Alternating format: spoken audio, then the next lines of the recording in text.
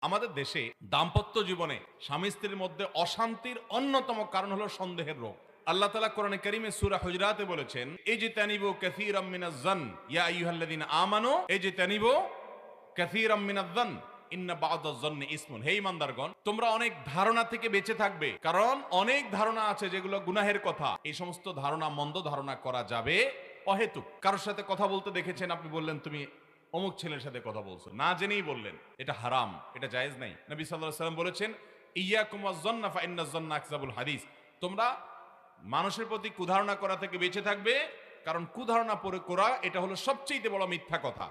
এটা আমাদের অনেকের মধ্যে আছে। বিশেষ করে আমাদের যে সমস্ত ভাইরা প্রবাসে থাকেন, তাদের দাম্পত্য জীবনে এই সমস্ত অশান্তিগুলো বেশি হয়। কারণ মা এখান থেকে কান পোড়া দেয়, অনেক সময় বোন এখান থেকে মিথ্যা কথা বলে, ভাইয়েরা মিথ্যা কথা বলে, আশপাশের লোকজন মিথ্যা তথ্য দেয়, সে ওখান থেকে বিভ্রান্ত হয়, সেগুলো বিশ্বাস করে। মনে রাখা উচিত